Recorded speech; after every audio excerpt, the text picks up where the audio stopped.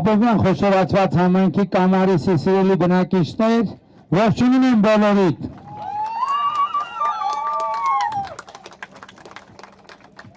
Շատ ուրախ եմ ձեզ տեսնելու համար, ժողովուրդ համոզված եմ, բոլորդ հիշում եք, թե 2020 թվականից ինչքան էր մեր ընդդիմությունը ասում, որ ես միջանցք եմ խոստացել, միջանցք եմ տալիս եմ, միջանցք պետք է տամ եւ այլն եւ այդպես շարունակ։ Մենք անընդհատ դա հերքում ենք, տարբեր բոլոր հնարավոր եղանակներով, ասելով, որ մենք ընդհակառակը բացառում ենք միջանցքային որևէ տրամաբանություն, միևնույն ժամանակ ոչ միայն կողմ լինելով, ապա շրջափակման այլև շահագրգռված լինելով դրանով։ Ինչու եմ այսօր այս թեման նորից բացում, որովհետև միջանցքի թեման այլևս անվերադարձ փակված է, որովհետև երեք Միացյալ Նահանգների պետքարտուղարը եւ Հայաստանի արտաքին գործերի նախարարը նախաստորագրեցին թրիփի վերաբերյալ միջպետական համաձայնագրի շրջանակային համաձայնագիրը նախաստորագրեցին, որը առաջիկայում կստորագրվի եւ կվավերացվի, որտեղ հստակ արձանագրված է, որ թրիփ նախագծի բոլոր իրականացման բոլոր հատվածների վրա Հայաստանի Հանրապետությունը պահպանում է ամբողջական լիարժեք ինքնիշխանություն, տարածքային ամբողջականություն, իրավազորություն։ Եվ հետևաբար միջանցքի թեման առավել փակված է ոչ միայն, այլև Հայաստանի Հանրապետության տարածքային ամբողջականության հետ կապված որևէ հարց այլևս չկա, թեկուզ տեսականորեն։ Եվ նաև սրանք գումարենք 2024 թվականին ստորագրված եւ վավերացված Հայաստանի եւ Ադրբեջանի սահմանազատման հանձնաժողովների համատեղ գործունեության կանոնակարգը եւ պատկերը ամբողջական կլինի։ Բայց արագ սերնդի ներկայացուցիչները կհիշեն, որ 90-ականների սկզբից, երբ որ մոնել էին 90-ականների բացենք, այն ընդհանուր ինչ-որ թեմա եղավ, որը պայմանականորեն անվանել են Գոբլի ծրագիր, չգիտեմ 99 թվականին Մեղրի թեմա եւ այլն եւ այդպես շարունակ։ Եվ նաեւ այս համատեքստում է, որ ես ասում եմ, որ իրականում Ղարաբաղի հարց վաղուց լուծված է եղել եւ Ղարաբաղի ժողովրդին այդ թվում Ղարաբաղում պատանդ են տահել, այդ թվում Լաչինի միջանցքի թեմայով Մեղրի միջանցք ստանալու համար։ Բայց ես եւ մեր քաղաքական թիմը թույլ չենք տվել դա։ Այդ մարդիկ Մեղրի համար իշխանափոխություն են արել, Մեղրի համար 1999 թվականի հոկտեմբերի 27 են արել, Մեղրի տարբերակը քննարկվել Ղարաբաղի հարցի բանակցային գործընթացում, որը հրապարակված է հիմա, այլ գաղտնիք չկա։ Եվ այդ Մեղրին տվողների բոլոր պլանները մենք խափանել ենք, եւ այսօր Մեղրին անվտանգական երբևէ, ոչ միայն Մեղրին անվտանգ է,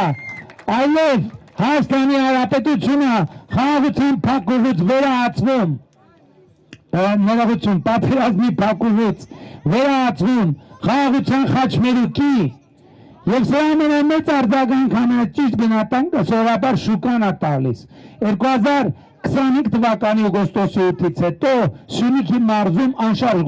գույքի գները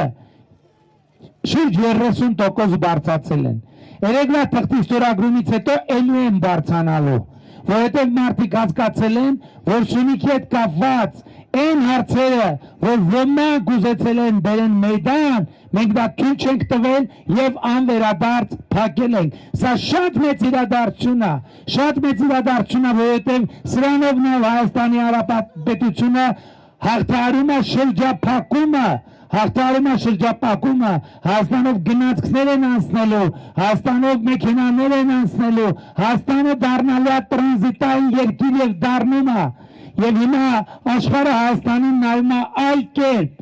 Աշխարհը Հայաստանին նայում է որպես արևելքի եւ արևմուտքի միջև ամենակարճ ճանապարհը եւ սա հսկայական մեծ կապիտալ է Հայաստանի Հանրապետության համար, սա մեծ արժեք է եւ անվտանգության մեծ երաշխիք է Հայաստանի Հանրապետության համար, որովհետեւ երբ որ այդ ապրանքները արևելքից արևմուտք հոսում են, բոլորը պետք է շահագրգռված լինեն, որ այդ ճանապարհը խաղաղ լինի եւ բաց, որովհետեւ մեծ երկրները այդ ճանապարհով արտահանելու են եւ ներմուծելու են, եւ այդ ճանապարհի փակումը,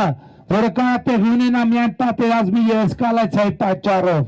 միլիարդների վնաս է բերելու այդ երկրներին, ներքաղաքական պրոբլեմներ է բերելու այդ երկրներին, եւ հետեւաբար մենք հասել ենք մի կետի, կարողացել ենք հասնել մի կետի, երբ որ Հայաստանի Հանրապետության կայունությունը, խաղաղությունը ձեռնտու լինի հարևաններին եւ ձեռնտու լինի աշխարհին, եւ սա մեծ իրադարձություն է, որի առիթով ես ձեզ բոլորիդ շնորհավորում եմ։ Վերադառնանք եւ հիշենք, թե ինչ էր ասում ընդդիմություն 2024 թվականին։ Հունվարին ասում էին մարտին է պատերազմ լինելու, մարտին ասում էին հուլիսին է պատերազմ լինելու, հուլիսին ասում էին սեպտեմբերին է պատերազմ լինելու։ Այդ նույն ընթացքում ես տասնյակ անգամ ասում եմ պատերազմ չի լինելու, լինելու է խաղաղություն։ Պատերազմ չի լինելու, լինելու է խաղաղություն։ Եվ եղավ խաղաղություն, եւ խաղաղությունը է, եւ ներկա է, եւ ես այսօր ձեր մոտ եկել եմ խաղաղությամբ, եկել եմ խաղաղությամբ։ Հիմա էլ, բայց ուրիշ չեմ արադարել, էլ եմ ասում, երեք գնացել եմ տուն, YouTube-ով ուզում եմ մի բան նայեմ, вообще ոչ մի բանի հետ կապ չունեցող, որ մի քիչ հանգստանում կտրվեմ։ Մեկ էլ գովազդ է գալիս, հիմա YouTube-ում դա չգիտեմ նկատել եք որ մեկ էլ գովազդ է գալիս, մի կին հայերեն գովազդ, հայաստանյան գովազդ, մի կին երկու երեխեք հետ մտնում է մանկապարտեզ, ասում է երեխեքին բերել եմ մանկապարտեզ, տեղավորել մանկապարտեզ, տնօրենն էլ ասում է գիտես ինչ սաֆարով երեխեքին եմ ընդունել, ձեր երեխեքին չեմ կարող ընդունել։ Լսեք, երկու բան, մենք Հայաստանում 500 մանկապարտեզ ենք սարքում, 500 մանկապարտեզ։ Այդ նշանակում է, որ Հայաստանում 500 մանկապարտեզ չի եղել, հասկանում եք։ Այդ մարդիկ, որ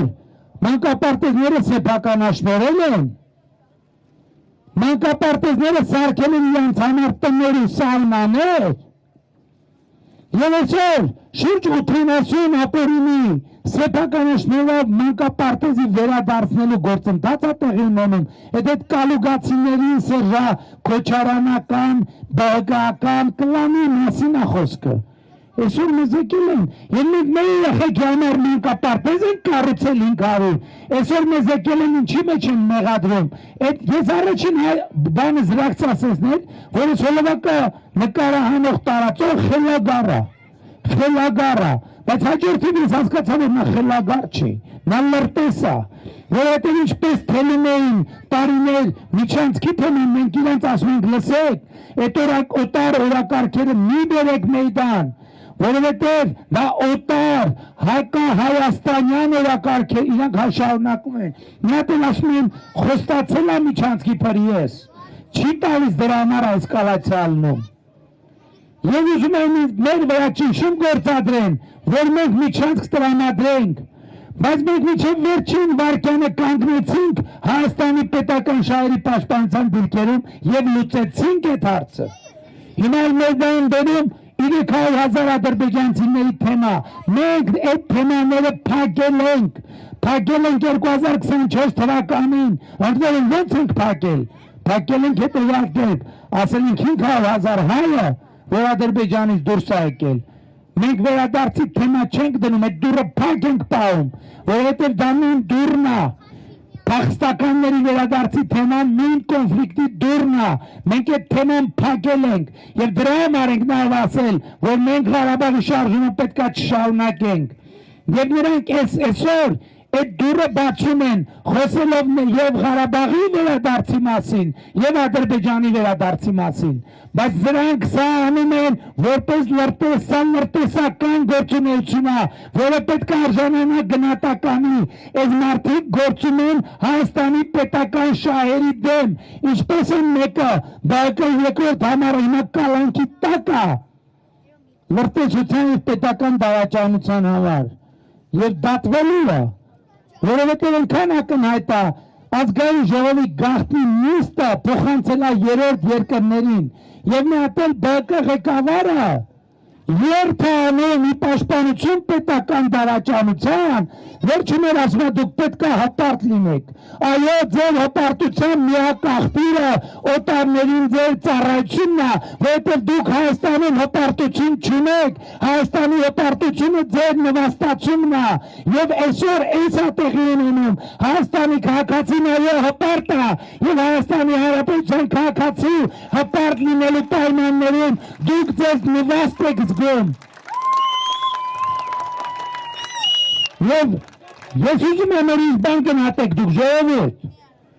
այդ մարդիկ մեկը տարիներ առաջ ասում էր ես միակ տղամարդն եմ, այն մեկը ասում էր ես հզոր ամենակարող եմ, այն մեկը ասում էր որ ես ուժեղ եմ, չգիտեմ ով եմ։ Այդ մարդիկ տարիներ առաջ կարային որոշեին ով որտեղով քայլի, ով ինչ բիզնես անի, ով անի, ով չանի, ով ավտո քշի, ով ինչ ավտո կարա քշի, ինչ ավտո չի կարա քշի, այդ մարդիկ նույնիսկ ճակատագրեր կարային որոշեին,